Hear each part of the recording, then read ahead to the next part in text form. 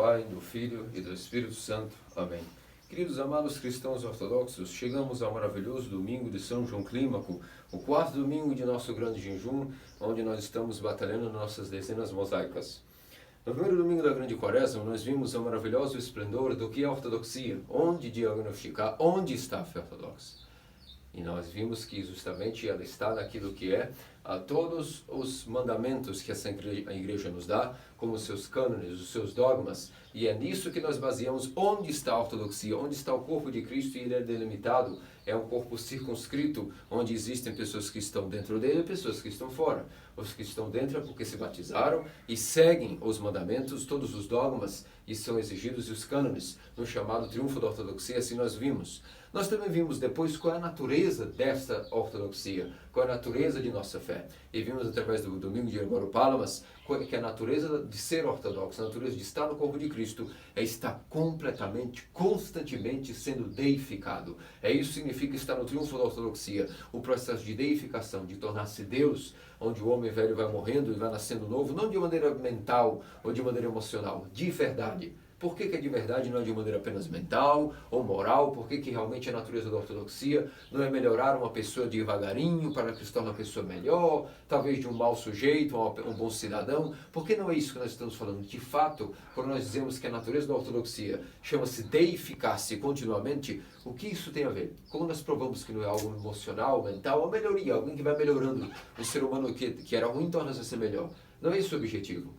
Torna-se verdade que nós vamos tornando-se Deus devagarinho devido àquilo que é o dogma da deificação, que é basado na energia incriada de Deus. E nós vimos que a igreja emana a luz do próprio Deus, uma vez que Deus é substância inacessível, mas dá-se todo em suas energias. E por isso a natureza da ortodoxia é ser, sim, completamente tornado Deus, devagarinho, continuamente, e não tornar-se um ser humano melhor. Pelo contrário, morrer completamente, ser completamente transfigurado, ter uma mudança interior que vai fazer com que não só o exterior mude, mas também todo o coração do homem seja completamente iluminado, deificado, tornando-se uma nova criatura em Deus, não de maneira apenas moral e emocional, mas real. Porque nós vimos que a natureza da ortodoxia é que o corpo de Cristo emana para todos nós, todos os seus ícones, os seus cantos, os sermões, os seus mistérios, e acima de tudo, o mistério dos mistérios santos, todos os corpos santos de Cristo, emanam energia incriada. Logo, não é uma deificação emocional, coisa nenhuma. É uma deificação real, aqui e agora, e não tem fim. Depois disso, nós vimos que a maneira pela qual nós podemos ativar essa energia incriada em nós vimos no último domingo, o domingo da Santa Cruz, onde nós vimos que a cruz é a chave de ignição, onde quando nós abraçamos a cruz do modo de vida cristão ortodoxo, a cruz faz com que nós adquirimos, portanto, a graça incriada. A maneira de ativar que os sacramentos nos propiciarão essa energia capaz de nos edificar é o abraçar da cruz, negar a nós mesmos e tomar a nossa cruz.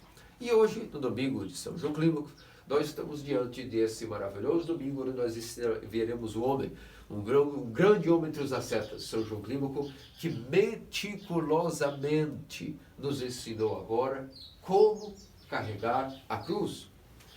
Se a cruz é aquilo que é o objeto pelo qual nós podemos ativar a energia incriada para nós, que é torná-la, uma vez que estamos expostos a essa energia da Santa Igreja, o corpo de Cristo, como essa energia pode ser ativada dentro de nós, através de negar a nós mesmos, tomar a nossa cruz e seguir a Cristo.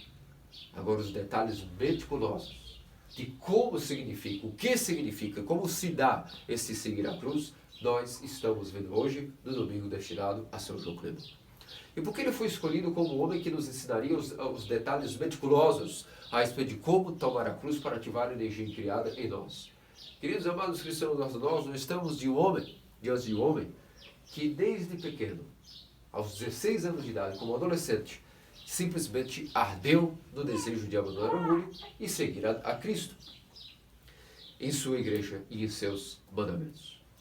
E o que aconteceu foi que São João Clímaco, logo aos 16 anos, abandonou o mundo e se dirigiu para um monastério que constantemente ele cita em seu livro, que observou muitas coisas maravilhosas e até descreveu para nós muitos dos relatos que ele viu naquele monastério onde ele habitou na sua juventude. Esse monastério, ainda que não é muito bem expressado em seu livro, esse monastério, pela tradição da igreja, supõe-se que era um monastério situado na cidade de Alexandria. E depois disso, São João Clímaco, depois de passar 40 anos numa caverna, pôde depois escrever para nós um maravilhoso livro, onde ele entrou como noviço no monastério, depois escolheu a vida eremítica e passou 40 anos em uma caverna, em jejum e oração, e depois foi requisitado para escrever um livro. Foi requisitado pelo outro João, abade do mosteiro de Haitu, para que ele pudesse escrever alguns tipos de relatos a respeito de como ele poderia instruir aquela comunidade em Haitu. E o que aconteceu foi que João, após estar tão experiente, ter passado 40 anos daquilo que foi o primeiro mosteiro, primeiramente ele visitou o mosteiro aprendendo grandes coisas ascéticas, mas depois ele estabeleceu no monastério do Sinai. E no monastério do Sinai, quando ele se estabeleceu ali para seguir definitivamente uma morada monástica para ele pôde, portanto, adquirir conhecimento, morando e se isolando numa caverna, e depois foi eleito, inclusive, abade do monastério de Sinai. Tão grande foi a sua proeminência e as suas grandes maravilhas espirituais que ele adquiriu em si. Agora, se nós juntarmos todos os livros psicológicos, de psicologia, os livros de sociologia, os livros que tratam sobre todos os problemas do homem, a respeito de antropologia, se nós juntarmos todos esses livros, até os livros de filosofia, nós jamais se colocarmos de uma escala. De um lado, os livros do mundo, todo o conhecimento que o homem adquiriu a respeito de filosofia, sociologia, antropologia, e numa outra escala, nós colocarmos a escada de São João Clímaco, onde ele, após passar 40 anos como eremita e ser eleito, por exemplo, abade do monastério de Sinai, pôde, portanto, escrever para nós esses detalhes meticulosos de como carregar a cruz.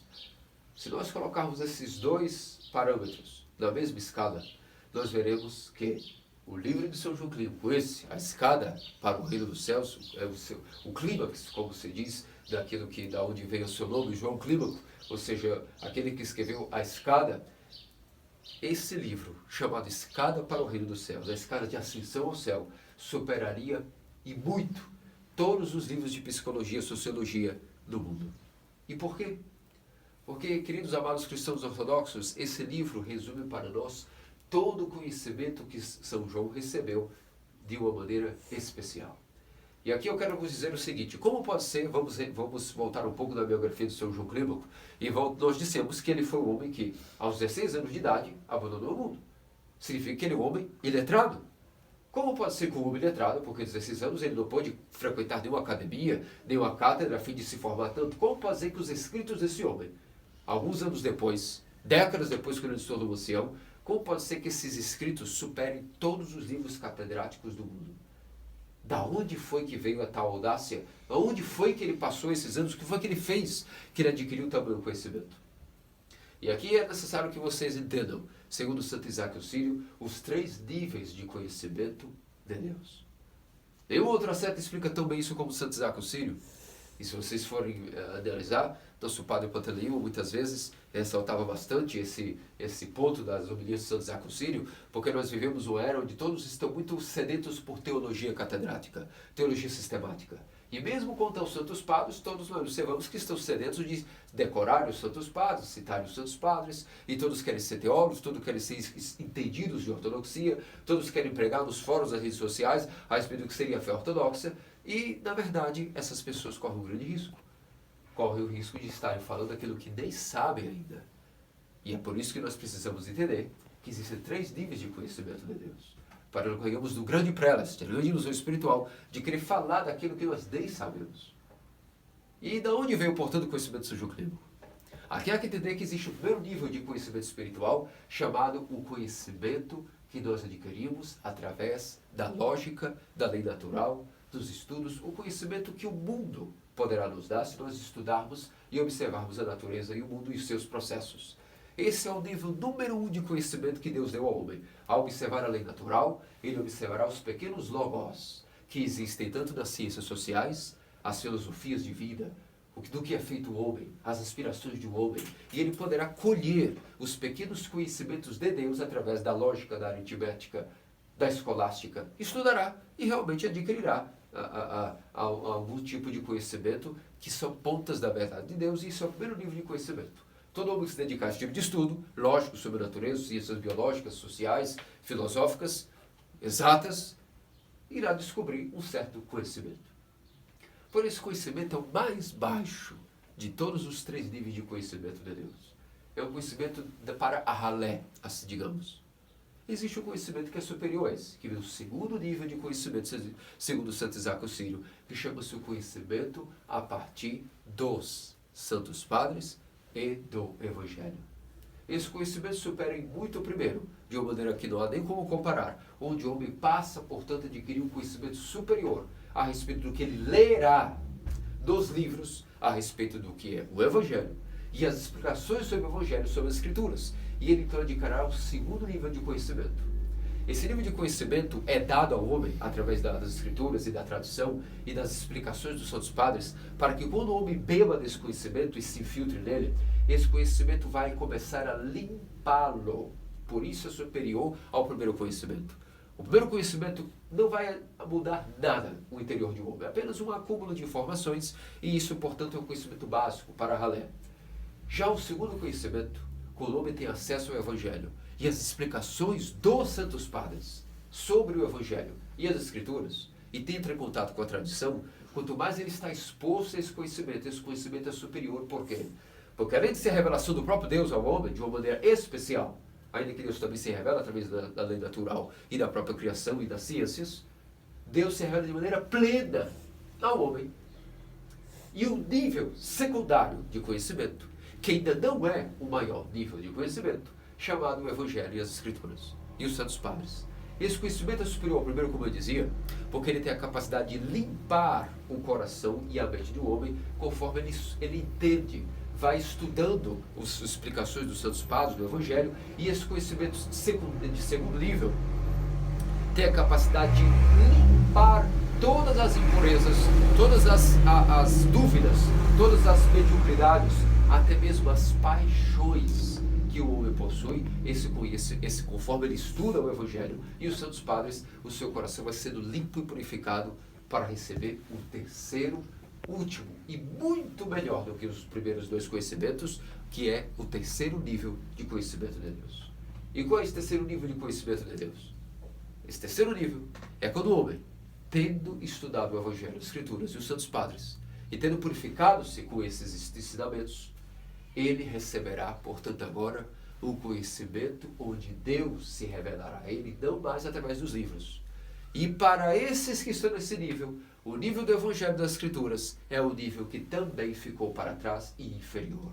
Trata-se do nível do conhecimento divino, a visão divina diretamente de Deus. Não mais por livros, não mais por escrituras, não mais por aquilo que é apenas acessível à razão, mas aquilo que é contemplado para além da razão, como nos ensina São Dionísio Areopagita, ou seja, acima e para além da contemplação, Deus ensinará o homem diretamente o que ele quiser, chama-se o conhecimento divino, a visão divina ou teoria, como nós chamamos em grego.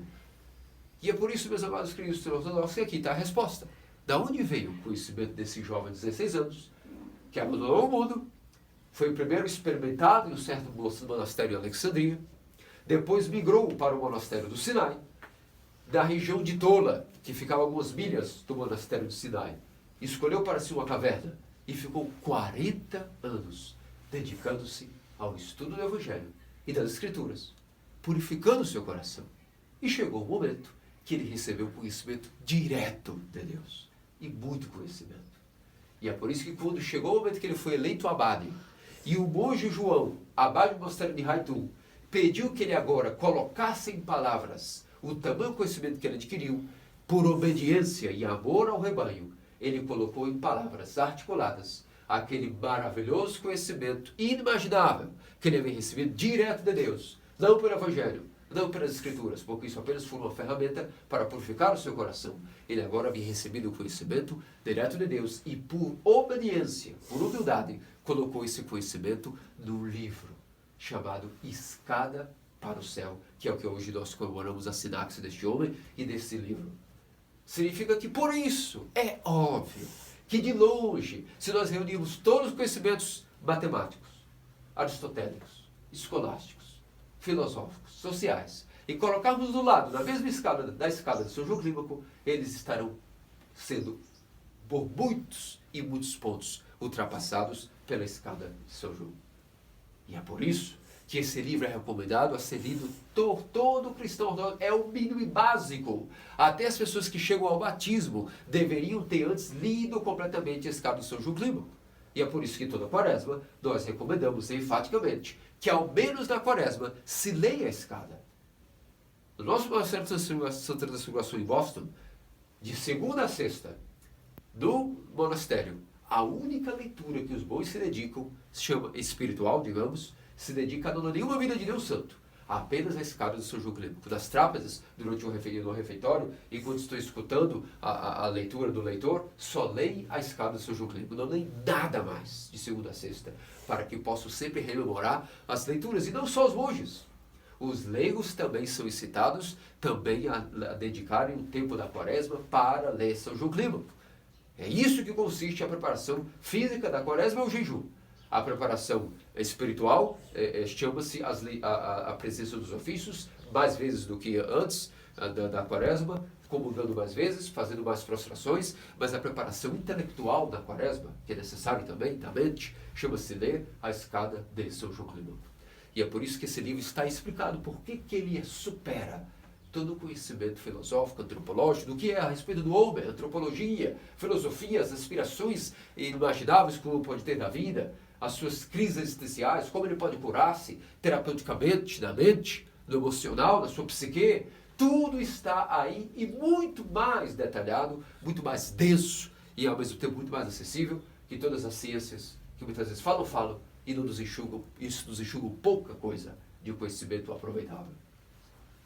E quando nós nos deparamos com essa maravilhosa questão do São João Clímaco, a primeira coisa que muitos até fazem pergunta para nós, padres espirituais, confessores, é que dizem a seguinte questão: Padre, o livro de São João Clímaco é maravilhoso, todos os anos nós lemos, mas o que acontece é que entramos em um desespero, entramos em um abismo de desânimo e abatimento. E nós perguntamos, por quê? O que aconteceu? Quando lemos a escada do São João Clímaco, parece que é algo inacessível à nossa realidade. Parece que é algo tão distante que é impossível de nós praticarmos tais coisas.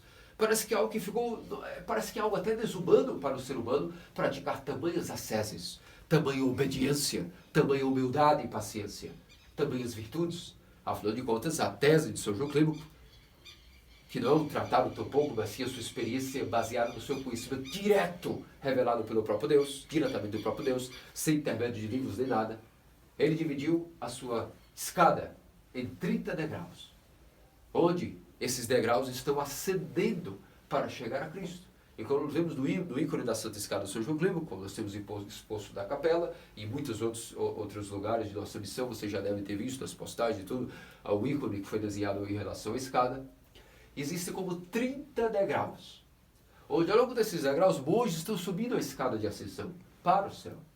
Esses degraus são divididos nas virtudes que nós devemos adquirir para entrar no reino dos céus e também nas paixões e demônios que nós devemos destruir, eliminar dentro de nós e vencermos para conseguirmos chegar no reino dos céus. E no último degrau, após o 30º degrau, está a mão de Cristo, segurando o monge, que segura em outro, que segura em outro, mostrando que ninguém se salva sozinho.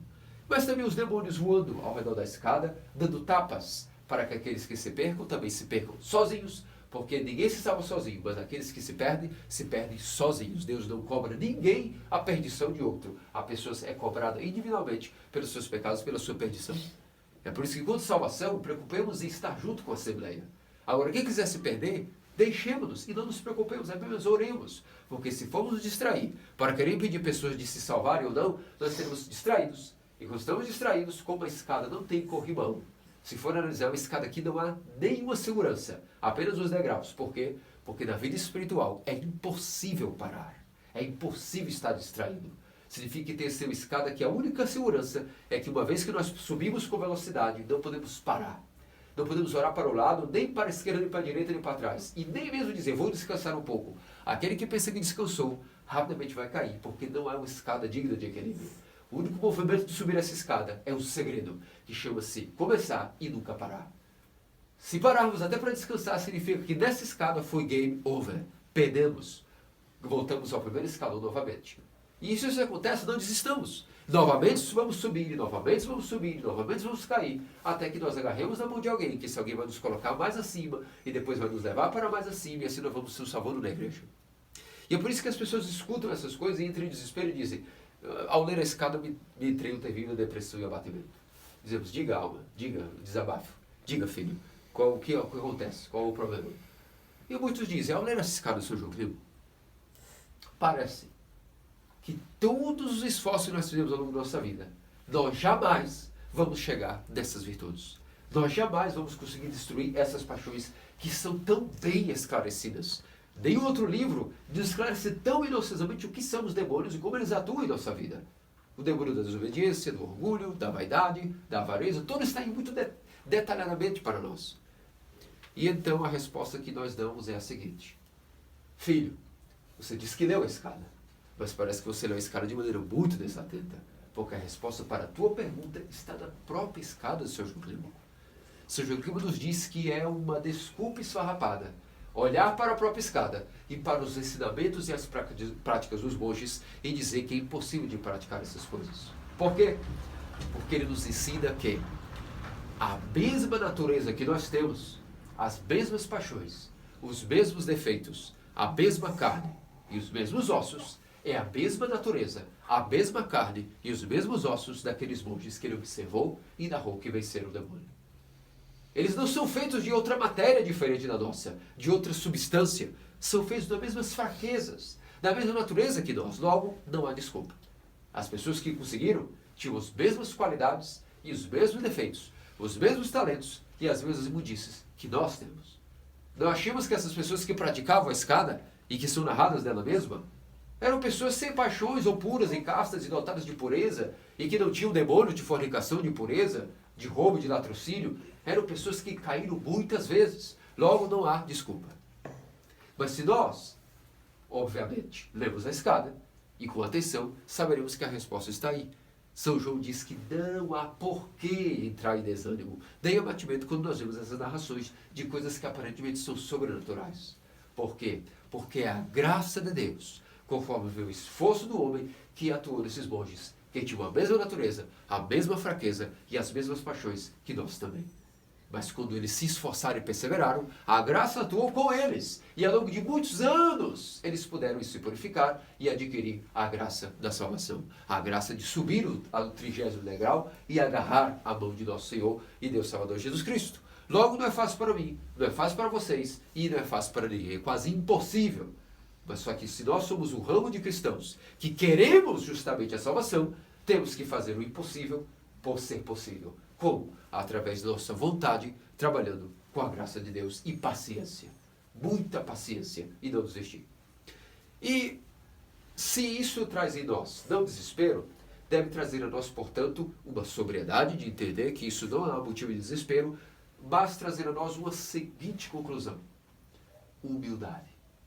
Ao nós vermos que estamos bem longe daquilo que esses monges praticavam, não vamos, número 1, primeira coisa, não cair em desespero, mas saber que eles conseguiram e eram iguais a nós em tudo, só não desistiram.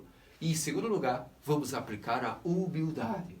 Olhar e ver como pode ser que eu tenho agora exemplos de me comparar e vejo que sou uma miséria, um lixo, um verme, comparado àquelas pessoas. Tudo que eu acho que fazia de bom, a minha obediência comparada à obediência da escada, é nada. A minha humildade, paciência, virtude, alegria, santidade, prostrações, oração, jejum, baseado na escada, é nada. Só que isso não é motivo de me colocar em desespero. É motivo de humildade, de dizer, vou agora ver que preciso olhar bem para mim e ver a minha condição humilde. E começar, portanto, a partir daí, a batalhar. Esses são as duas ferramentas. Não cair em abatimento, mas também adquirir humildade. E a segunda maneira de começar a praticar, não desespero, mas sim uma humildade em dizer, não há opção, eu sou assim, doente e buscarei minha cura, o Evangelho de hoje, e um segundo plano também nos dá, paralelo à escala de hoje, o Evangelho de hoje nos ensina como aproveitar de nossas fraquezas e misérias para poder justamente seguir a nosso Senhor e Deus Salvador Jesus Cristo, sem desânimo, mas com total humildade. Foi-nos narrado hoje no Evangelho que havia, portanto, aquilo que era o pai que chegou e abordou, pediu que os apóstolos cuidassem desse filho. Qual era a situação ali? Qual era o contexto, em poucas palavras? Nosso Senhor não estava presente. Ele havia subido ao Monte Tabor e estava transfigurando-se com Pedro, Tiago, João, Elias e Moisés, e portanto estava ausente daquele episódio, estava recolhido no Monte Tabor e recebeu aquela maravilhosa teofania, a teofania do Tabor, e quando ele desce da montanha, ele se deparou com uma certa confusão que estava instaurada.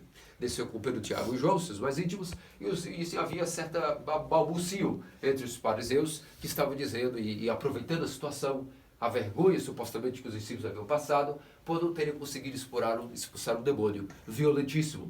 Esse demônio era tão violento, como disse o Grande Paramás, era tão violento que os seus dentes, como narra o Evangelho, rangiam. E era um demônio que jogava o filho constantemente, esse menino, na água e no fogo. O que significa isso, amados cristãos ortodoxos? Que nossos demônios, quando nos diz que jogam-nos na água e no fogo, constantemente nossos demônios nos jogam no fogo da ira e do desejo implacável. O fogo insaciável do desejo e da ira. Mas às vezes nos jogam na água. A água da inundação, do desânimo, do abatimento, do desespero e das preocupações da vida. Isso significa que o demônio joga o homem no fogo e na água. Ora, atiçando e aquecendo interiormente a ira e desejos. E outra hora afogando, muitas vezes, mergulhando ele em águas, que são as inundações e quebranturas de água, que nos colocam submergidos com as preocupações mundanas, que farão com que nós nunca estejamos realmente dedicados a Deus. No fogo e na água, no fogo e na água, até que um dia essa pessoa morre, espiritualmente, de tanto desejo não curado, de tanta ira não aplacada, e de tantas preocupações que não servem para nada. A única preocupação é uma só coisa necessária: o reino dos céus e sua justiça, e tudo mais é dado por acréscimo. E é por isso que esse demônio feroz não foi expulso aparentemente pelos discípulos. E quando o Senhor chega, ele diz: o que está acontecendo? O que se passa? E então foi dito pelos fariseus que os teus discípulos não foram capazes de expulsar o demônio. Estão vendo como talvez você seja um farsante? Ou talvez os seus discípulos não tenham fé, ou eles não têm, o teu poder é tão fictício, sendo tu um mago e um bruxo, que quando você estava ausente, eles não puderam realizar aquilo que fazem em tua presença. E então nosso Senhor, lendo os pensamentos deles, sabendo que eram raça de víboras, incrédulos, diz aquelas palavras que são das palavras mais chocantes de nosso Senhor, que era tão manso, tão humilde, e diz a seguinte palavra: ó geração incrédula, até quando estarei convosco? Poucas vezes nosso Senhor, que é manso e humilde, falou palavras tão duras e ásperas. E essas palavras duras e ásperas foram ditas por nosso Senhor pelo seguinte motivo. Nosso Senhor sabia que eles estavam debochando de propósito, incredulidade. E aqui nós já temos um grande ensinamento, queridos amados filhos ortodoxos, para complementar aquilo que a escala nos ensinou, de adquirir humildade diante de todos os abatimentos que nós aparentemente temos por ver que as pessoas devem seguir o caminho santo, que nós estamos muito distante dessa disciplina toda. Quando nós dizemos que a fé é necessária para seguir nosso Senhor e Salvador Jesus Cristo, a fé é o princípio e o fundamento, mas não é suficiente. E é por isso que nosso Senhor disse: ó geração incrédula, até quando vos suportarei? Até quando estarei convosco? Nossos santos pais nos dizem que nosso Senhor estava ansioso para logo ir morrer e dar a salvação a essa geração. Sempre ansioso para dar a vida por nós. Por isso diz: até quando estarei convosco? Mas isso também nos mostra que se nosso Senhor ficou tão aborrecido com a incredulidade dos fariseus, e depois nós vemos que esse pai também manifestará a incredulidade, como depois ele foi e disse: Senhor, é que teus discípulos realmente não puderam, mas eu estou dizendo, se tu podes, faça algo. Já que os teus discípulos, teus servos não servem para nada, veja se você resolve isso, se tu podes. E nosso Senhor disse: se tu podes, tudo é possível para aquele que crê. E o homem, rapidamente caindo em si, foi fortalecido com aquelas palavras do nosso Senhor, e recuando, ajoelhou e disse: Senhor, ajuda a minha falta de fé, ajuda a minha incredulidade. E ele foi tomado, foi fortalecido aí pelo nosso Senhor na fé. Isso nos ensina, queridos amados senhores nossos, que a fé não é suficiente para seguir o nosso Senhor. Existe algo muito profundo em relação a ter uma relação íntima. Porque é como ter uma fé que será estéril, como foi a fé desse homem e desses fariseus, ou uma fé que causa frutos, uma fé cheia de frutos 30, 60 e 100 por um. O que causa essa distinção entre fé frutífera e fé estéril? O que aqui nós temos como segundo ensinamento para o dia de hoje, de que não devemos nos abater diante das nossas fraquezas, mas ter humildade, a fim de reconhecer a nossa fraqueza e usar a nossa fraqueza a nosso favor. Esse é o centro do Evangelho de hoje e desse é o que eu quero vos dar. Aprendam atentamente como usar nossas fraquezas a nosso favor. Existe uma ciência escondida aqui e tentarei vos ensinar com a ajuda de Deus agora. O que acontece, queridos amados filhos ortodoxos, é que nada magoa tanto a Deus do que a falta de fé de um homem. Nada Deus se aborrece mais do que as nossas paixões, mais do que nossos defeitos. Tudo isso Deus pode, vamos dizer assim, entender. Mas Ele não pode entrar em paz conosco, se não vê, por nossa parte, a fé. Isso é o fundamento mínimo. Significa por que Deus se aborrece tanto? Porque o Criador produziu um protótipo. O Criador produziu o pináculo de sua criação, da criatura mais bela. Ele colocou o homem no centro, com a máquina, uma ferramenta dentro de seu intelecto, chamado mente. O pneuma, que é um órgão chamado aquilo que é a nossa razão, capaz de crer em coisas invisíveis, crer no sobrenatural e sondar os mistérios sobrenaturais. Quando ele vê que exatamente a ferramenta que ele criou no homem para colocá-lo diferente dos animais e das bestas, dos minerais e vegetais que são belos, mas não se compara conosco. Quando ele vê que a sua criação mais bela, o seu pináculo, não usa essa ferramenta da mente, que é a razão interior, capaz de crer em coisas invisíveis, inimagináveis e inacessíveis à razão, e passa a ser incrédulo, ele se aborrece demais. Porque é como se tudo que ele transbordou para ser criado não tivesse mais nenhuma validez. Porque se o objetivo da criação era que o homem fosse o rei e presidisse ela, utilizando a sua razão, para ter fé. E fé é a certeza daquelas coisas que nós esperamos e já temos a garantia que elas serão dadas a nós. Fé é crer nas coisas que nós nunca podemos ver. Fé é simplesmente ter total compreensão e certeza de coisas que não podem ser entendidas pela razão. Isso é fé. E se nós não temos isso, é como o nosso Deus se aborrece, Ele não pode entrar em paz conosco quando nós ao menos não manifestamos a fé. Só que a fé não é suficiente. A fé é necessária ser irrigada constantemente com jejum, oração e toda a vida ascética, que resume aquilo que vai fortalecer a nossa fé gradativamente, para não só não perdê-la, como fazer com que ela cresça ao ponto de se tornar como árvore, que era uma sementinha de mostarda, mas germinou, morreu e deu origem a uma árvore tamanha que as criaturas do céu vão fazer os seus ninhos. É por isso que quando nós vemos que a nossa fé é fraca, nós temos que correr e adubá-la constantemente com aquilo que é jejum e oração. Um verdadeiro jejum e uma verdadeira oração. No qual esse cara do seu jogo nos ensina muitos capítulos sobre o que é a verdadeira fé, jejum e oração. E nós veremos então que quando nós estamos praticando o nosso jejum, a nossa oração, eles são muito fracos. Eles são completamente débeis. E nesse momento é necessário pedir ao Senhor força para dizer, ainda que é isso que eu tenho a oferecer a Ti. A minha fé é pequena, o meu jejum é terrível, a minha oração é desatenta. Mas agora ajuda a minha incredulidade, ajuda a minha falta de jejum e ajuda a minha oração para que aquilo que eu não posso fazer, Tu me dê forças e complete em mim, a fim de que eu possa executar de uma melhor maneira. E é por isso que aqui nós estamos utilizando a nossa fraqueza ao nosso favor, para que Deus venha realizar em nós aquilo que nós não podemos. E o que acontece é que quando nós estamos no meio desse caminho, nós veremos que muitas dificuldades haverão, muitas terríveis tribulações haverão, mas isso é a nossa cruz e temos que continuar pedindo a Deus forças e perseverando.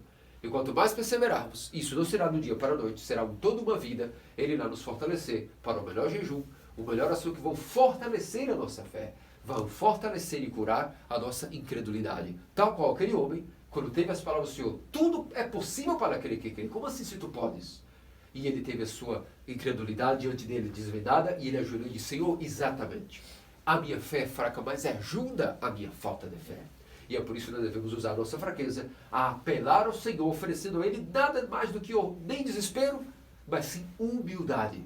oferecendo a Ele a nossa oração sincera do coração, dizendo: Senhor, eu estou tentando, mas é muito difícil, é quase impossível para mim, e ofereço a Ti a minha miséria, a minha fraqueza, a minha limitação, o meu pouco jejum, a minha pouca oração desatenta, e nosso Senhor vai fazendo o que Ele pode ao longo da nossa vida, e nós vamos gradativamente crescendo de degrau em degrau, de graça em graça. E, portanto, meus amados queridos cristãos ortodoxos, outra pergunta que nos vem à tona é: o que torna a fé de um homem, portanto, uma fé ousada, capaz de ter esta ousadia de dizer: Senhor, eu sei que Tu podes, por isso me conceda e eu creio. De onde vem essa ousadia? Essa fortaleza interior de praticamente ter tanta audácia diante do Criador, que antes de pedir, nós já sabemos que Ele vai nos conceder o que nós estamos pedindo em relação às coisas espirituais. De onde vem essa maravilhosa fé? Meus amados queridos cristãos ortodoxos, nossos santos padres nos explicam de onde vem isso, e novamente é necessário usar a nossa fraqueza ao nosso favor. Uma pessoa, quando ela reza e a sua fé é completamente incrédula, ou que causa um grande aborrecimento diante de Deus, existe uma explicação para isso. Também existe uma explicação porque alguns, quando oram, até mesmo os céus e a terra se abrem nas suas comportas e concedem graça a essa pessoa. Como nós temos vários santos que há 100 anos atrás, essas pessoas até levitavam quando orávamos na liturgia, como nosso sábio Hierônimo, Papa Nicolas Plano, São João de Xangai. Essas pessoas tinham toda a graça do Criador, que estavam acima do solo quando rezavam para Ele. De onde vem essa ousadia? Meus amados queridos cristãos ortodoxos, a explicação de onde vem a fé, cheia de audácia perante o Criador, ou a fé estéril, se vem da nossa consciência. Quando cada ser humano ora na sua consciência e ela está completamente limpa, ao orar ele tem muita ousadia. Mas se ela está suja e manchada de imundícies, infelizmente, o que acontecerá é que essa pessoa não terá fé. Na hora a sua fé se provará estéril e fraca. Mas quando eu digo consciência, consciência de quê? O que seria essa consciência da qual me refiro? A consciência de que, como diz Santo Isaac, o Sírio e nossos santos padres, se tu te lembras de Deus, dos momentos de paz e abundância e saúde, Ele também não te esquecerá dos momentos de tribulação, dor, doença e abandono. Isso é consciência limpa. De saber que quando nós temos paz, saúde, jovialidade, uma trégua na nossa vida, épocas que nós estamos bem com a vida, que se nós não esquecermos aí de Deus, mas aproveitar e dizer para si mesmos: eu sou jovem, tenho corpo para fazer prostrações, tenho certo ânimo, porque certa época da minha vida estou como sem tribulações, estou num momento de abundância, vou aproveitar mais ainda, duplamente essa época, para realizar o dobro de prostrações, o dobro de oração, o dobro de jejum, e vou me dedicar a Deus, porque eu sei que não vai tardar e virá tempos de doença, velhice, tribulações, e eu não vou ter forças para realizar tanto ânimo de oração. E naquele momento eu vou entregar tudo a Deus. É por isso que aqui nós estamos de maneira mais do que sábia, aproveitando a nossa fraqueza ao nosso favor. Se nós temos uma consciência limpa, significa que em todo momento que é possível, não só nas tristezas, na falta de dinheiro, na falta de doença, nos problemas, nós nos lembramos de Deus. Aquele que tem a consciência limpa é aquele que em todo momento, e mais ainda nos momentos que ele não tem problema, mais ele vai ao templo. Mas ele aproveita o tempo livre, o dinheiro sobrando para dar mais esmolas e caridade. Ele não espera estar passando necessidade para dizer: Senhor, dá-me um dinheiro, porque eu garanto a você e te prometo que darei esmolas, e aí você poderá me abençoar. Isso é uma loucura. É uma falsa ciência, é uma falsa teologia. A relação com Deus significa quando nós temos sobrando, quando nós temos saúde e abundância, quando nós temos nossa mente motivada, mais ainda devemos correr para Deus, não para os prazeres, não para o entretenimento. E então, quando vier os momentos que nós estamos, às vezes, com muita crise até espiritual, não temos vontade nenhuma de orar, Deus não se esquecerá de nós e fará com que a oração nasça em nós. Sem vontade de orar, a oração como virá em nós. Santo Isaac o Sírio, em seu capítulo sobre essas questões, nos diz que eu como adquirir ousadia perante Deus. Ele nos diz que para nunca te esqueças de Deus em teu momento de abundância, para que nos momentos de guerra Ele se lembre de ti e te salve da guerra. Nunca te esqueça de Deus em tua oração interior, para que no momento da guerra espiritual e mental que os demônios te atacarem, Deus não te abandone no meio do campo de batalha. Mas toda oportunidade, procura o teu canto, senta e dedica ao teu Deus toda a tua contemplação, todo o teu amor, toda a tua exequia, a tua quietude. E naqueles momentos onde você não estiver pronto para realizar essa oração, mas sinta uma grande aridez, Ele mesmo estará cuidando de ti com o seu anjo e te dará o dom da oração. É por isso, meus amados cristãos ortodoxos, que para que Deus não esqueça de nós podemos não nos esquecer dele nos momentos que nós temos condições de devotar a Ele a nossa atenção, a memória da morte, a memória do juízo. E nisso nós estaremos mais uma vez investindo numa poupança, nós que somos fracos, aproveitando a nossa fraqueza ao nosso favor. E então é por isso que se explica que certas pessoas, quando oram a Deus, elas já têm certeza, antes de abrir a boca, de que Deus vai concedê-las a sua graça. Porque a consciência delas está limpa, porque elas oram a Deus em todos os momentos fáceis, os momentos de abundância, sempre estão orando a Deus. Então elas sabem, na hora que precisam orar por uma tribulação, que elas não terão e ficarão como vergonha diante de Deus, por o fato de que, desculpe-me, é que há muito tempo eu nem te procuro. Eu te abandonei e agora aqui não tem jeito, eu venho a ti pedir coisas que agora me são devidas. Deus dará a essas pessoas coisas? Claro que sim. Porém não haverá uma fé cheia de frutos, porque a pessoa mesmo olhará dentro dela e verá que nos momentos de paz e abundância e tranquilidade ela não buscava a Deus. Então a sua oração será fraca. E por ser fraca será sem fé. E uma fé sem frutos aborrece a Deus. Logo, isso aborrece a Deus, e não é relação íntima, não é a economia da salvação, não se baseia em uma fé assim morna. E é por isso, meus amados queridos cristãos ortodoxos, que devemos constantemente adubar a nossa fé com jejum e oração, para que isso possa ir limpando o nosso coração e a que a graça de Deus possa entrar, a fim de nos dar mais graças, mais força, para que no momento de ousadia nós não passemos vergonha diante de Deus. Porque todos sabemos que cedo ou tarde terríveis tribulações nos assaltam, e naquele momento, para que a nossa consciência esteja limpa, é necessário que nós estejamos conectados com Deus desde os momentos de abundância e tranquilidade e alegria, ou dinheiro, ou saúde, ou juventude, seja o que for. E continuando a respeito dos ensinamentos sobre a escada do São João Clímaco, em relação a esse domingo de hoje, nós vemos, meus amados queridos cristãos ortodoxos, que diante desta realidade da escada, nossos santos padres, com tanto amor, nos deram maneiras de nós não decepcionarmos a Deus. É nós que adiamos o momento de tomarmos a decisão e colocar em prática todas essas minúcias, todos esses detalhes. E, portanto, diante daquilo que nós estávamos dizendo a respeito de como adquirir a memória de Deus, a audácia diante de Deus, aquilo que são todos os fundamentos que a escada para o céu da ascensão nos providenciará, a fim de poder realizar aquilo que é a vontade de Deus em nossas vidas. É necessário que nós olhemos para o Evangelho de hoje. E o Evangelho de hoje nos disse exatamente que através de jejum e oração somente, essa caça de demônios pode ser expulsa. Significa que casta é essa? É a nossa própria casta de demônios. São Macário nos diz que quando nosso Senhor se refere a esta casta de demônios, estava se referindo apenas a esse demônio violento daquele menino. Mas todos os nossos demônios, significa estar endemoniado, como diz São Macário. Significa que não é simplesmente uma pessoa que está sendo dominada visualmente por um demônio. Todas as vezes que nós não lutamos para resistir às paixões. Todas as vezes que nós entramos em paz em nossa mente com os prazeres do que os demônios nos dizem, e nós não resistimos, aí significa que nós estamos possuídos por esses demônios. Não há maneira de viver a vida cristã em paz com demônios. É nós que criamos essa vida alternativa de dizer que para algumas paixões nós não lutamos e está tudo bem, é o meu jeito. Isso não existe. Isso está endemoniado em alto grau.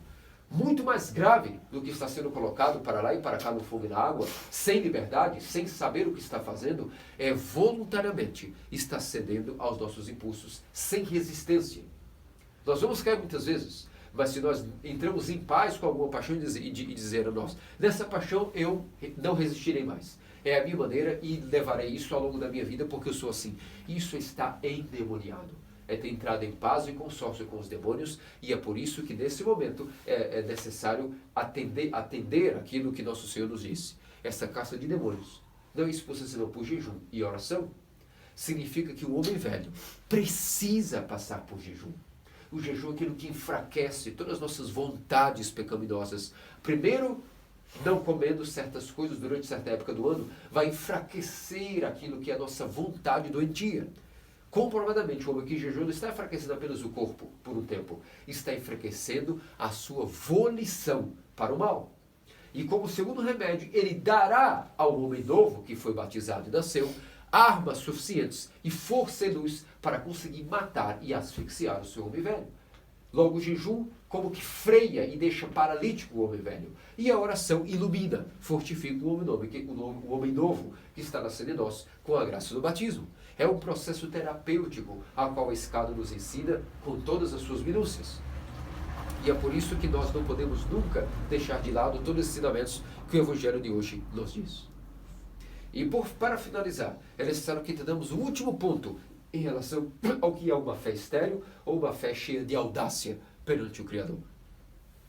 Nós vimos que, muitos casos do Evangelho, as pessoas se aproximavam diante do Senhor com uma característica muito especial. Por exemplo, vocês mesmos vão concluir. O centurião, quando se aproximou de nosso Senhor e Deus Salvador Jesus Cristo, ele se aproximou da seguinte maneira: Senhor, eis que o meu servo jaz doente em minha casa. Diz uma só palavra e ele será curado. E nosso Senhor disse: não. Realmente eu fico completamente assombrado e digo: jamais vi tal fé em todo Israel.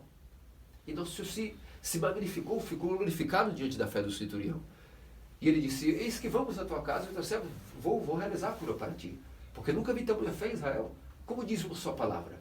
Crês que só pelo poder de minha palavra, sem toque, porque sou Deus e minha palavra é onipresente, o servo poderá ficar curado? Vamos agora curar ele. Não, Senhor. Não é necessário, porque eu não sou digno de que entres em minha casa, em minha habitação. Basta que tu digas o seguinte, Senhor, porque eu também sou homem que tem autoridade. E eu digo àqueles que são sob minha autoridade: vai, ele vai, vem, ele vem. Por isso, basta a tua palavra, e ele será curado. E o Senhor disse: em nenhum lugar de Israel vi tal fé. E eu vi uma característica aí, do centurião. Nós vimos que Pedro, quando teve também um milagre, né, quando foi chamado para a sua pescaria de homens e não de peixes, nosso Senhor se abordou ele, André, e de repente disse: joguem a rede à direita e vocês pegarão peixes. E quando Pedro realizou aquele milagre da pesca milagrosa, por obediência ao Senhor, já tendo jogado a rede pela madrugada, mesmo assim, ao teu comando eu farei. Como que diz? Sim, pela lógica humana é impossível, mas se tu diz por obediência eu faço. E quando ele não pôde nem puxar as redes com tantos peixes, ele correu, se ajoelhou e disse: afasta de mim, Senhor, porque sou um homem muito pecador. E nós vemos aí características semelhantes do centurião e nosso Senhor e do Santo Apóstolo Pedro. Mas nós vemos uma característica estranha do pai do menino, que estava abordando o nosso Senhor e pedindo: Senhor, teus discípulos não puderam expulsar o demônio de meu filho. Se tu podes, realize esta cura.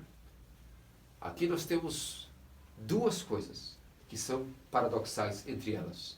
Uma é a presunção diante de alguém que tem fé, e a outra é a humildade. Total submissão, total despojamento de si para aquele que tem fé. E essas duas características é que determinam de fato muito a respeito de como nós teremos a nossa relação para com o nosso Deus. Uma fé que é cheia de presunção é muito distinta da fé de ousadia, por ter uma consciência limpa, que produz, portanto, audácia perante o Criador, como nós vimos até aqui. A fé com presunção significa uma fé cheia de orgulho e de altivez, que quer exigir coisas de Deus com a característica completamente dotada de presunção, e isso não produz uma fé com frutos. Nenhum demônio será expulso de nós se nós tivermos uma fé com Deus baseada em presunção e audácia. Essa fé não possuirá audácia perante o Criador. Agora, a fé do centurião, a fé do apóstolo Pedro, a fé das birófaras, a fé de Maria Madalena, a fé da mulher pecadora que se aproximou diante do joelho de nosso Senhor, eram pessoas que iam com total, cheias de fé de fato, mas uma fé dotada de humildade, de submissão, de total ausência de arrogância, de nenhum tipo de autoestima para consigo. E por isso tiveram de fato aquilo que é a cura de seus demônios e a cura de suas paixões. E esse é um grande ensinamento que nós temos também no Evangelho de hoje, baseado de como nós podemos exercer, a oferecer a Cristo humildemente as nossas fraquezas, sem um tipo de audácia, de presunção, e oferecendo a nossa pouca fé, sem presunção, porque a presunção fará com que nós não raciocinemos para a nossa pouca fé, o nosso fraco jejum ou a nossa fraca oração. Ao contrário, quem tem presunção muitas vezes diz: eu sou um bom jejuador, sou um bom orador e frequento a Deus e sigo a Deus. Logo Ele vai me escutar e vai me dar aquilo que eu quero. Claro que não. A verdadeira fé é dotada de total humildade, simplicidade, despojamento. E nisso, realmente, quando estiver diante de Deus, vai orar a Ele dizendo: Senhor, o que eu tenho a oferecer a Ti é a minha pouca fé. E novamente usaremos aqui a nossa fraqueza ao nosso favor. Mais uma vez, esse Evangelho de hoje nos ensina como utilizar nossa debilidade e miséria, oferecer isso a Deus de maneira devida, não com presunção, mas com total humildade, com total descrença para qualquer mérito nosso, e então aí nós veremos que grandes milagres irão ocorrer. O fortalecimento da nossa fé, o fortalecimento do nosso jejum, o fortalecimento da nossa oração. E é por isso, meus amados cristãos ortodoxos, que o culminar de tudo isso será uma das virtudes que São João Clímaco nos ensinou. De tudo isso que nós estamos falando, tudo isso irá culminar em um grande dom para aquele que realmente tem uma fé humilde e não presunçosa. Uma fé dotada de consciência limpa, que tem audácia perante o Criador, e não uma fé que naquele momento vai hesitar por ter a consciência pesada. Que é aquilo que São João diz em um dos seus capítulos da Escada: a virtude da tristeza produtora de alegria, ou a alegria produtora de lágrimas, ou em grego, harmony. Aquele que seguir todos os ensinamentos da Escada de São João e colocar em prática, ganhará um dom. O dom que há 100 anos atrás cada piedoso cristão ortodoxo tinha, mas a nossa geração, mais do que nunca, perdeu esse dom, que é o dom de constantemente estar em compulsão e lágrimas de tristeza. Tristeza pelo quê? Pelos nossos pecados. A memória de nossos pecados passa a ser tão visível para aquele que executa todos esses ensinamentos, de uma consciência limpa, que possui audácia diante do Criador, que possuirá não presunção, mas humildade perante a sua relação com Ele, que constantemente não poderá desligar de sua memória os seus pecados. E então haverá tristeza constante, produtora de lágrimas, ou tristeza produtora de alegria. Tristeza pelos pecados, mas alegria porque finalmente está constatando que está recebendo o perdão de Deus pelos próprios pecados. E há 100 anos atrás, qualquer paróquia de interior da Igreja Ortodoxa, veríamos anciãs, velhos, jovens, durante os ofícios, derramando fluxos de lágrimas. Bastava que escutasse o nome Docíssimo Jesus. Fluxos e rios de lágrimas fluíam. Bastava que estavam diante do ícone da padaria, da Santíssima Theotokos, e fluxos de lágrimas saíam dos olhos dessas pessoas, porque elas possuíam em si a virtude que São João Clímaco diz em um dos seus degraus para chegar ao céu, chamado a tristeza produtora de lágrimas, ou a triste alegria, que é um estado mental, não é um estado emocional, é um estado mental e espiritual, no qual a pessoa constantemente está triste pelos seus pecados, mas ao mesmo tempo alegre, porque sabe que o seu arrependimento está em curso. Finalmente Deus está atuando em seu arrependimento, limpando ela, e ela chora.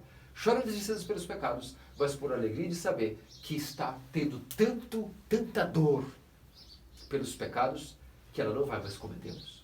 É aqui que começa o cume do arrependimento. Quando nos dói tanto o nosso pecado, que nós choramos ele, nos entristecemos por esses pecados, e nós passamos a odiar esse pecado ao ponto de dizer: isso acabou comigo, me entristeceu tanto que eu não vou mais cometer.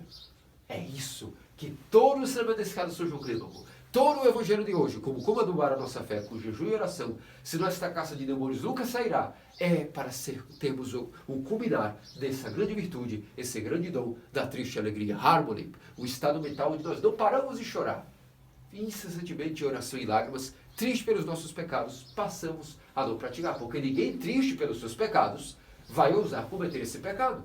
Nós cometemos nossos pecados, nós esquecemos que nós praticamos eles, e aí entramos em distração e voltamos a praticá-los. E na escala do São João Clímaco, existiam certos monges que entraram em abatimento quando viram esse dom, e recorreram ao pedido. Ele narra da escada que assim havia certos moços que diziam: nós não temos nenhuma memória de nossos pecados, como é que nós vamos até chorar por eles? E ele disse que leu na escada, ele escreveu, ele disse que visualizou no mosteiro essa indagação e registrou para nós na escada que tipo de método esses monges desenvolveram uma vez que vieram. Como nós vamos chorar os nossos pecados se nós nem lembramos deles? Nós somos duros de coração. E por obediência e pelo dom do Espírito Santo, eles olharam dentro de si e disseram: nós vamos inventar uma maneira de adquirir essa tristeza. E sabe o que eles inventaram, queridos amados cristãos ortodoxos?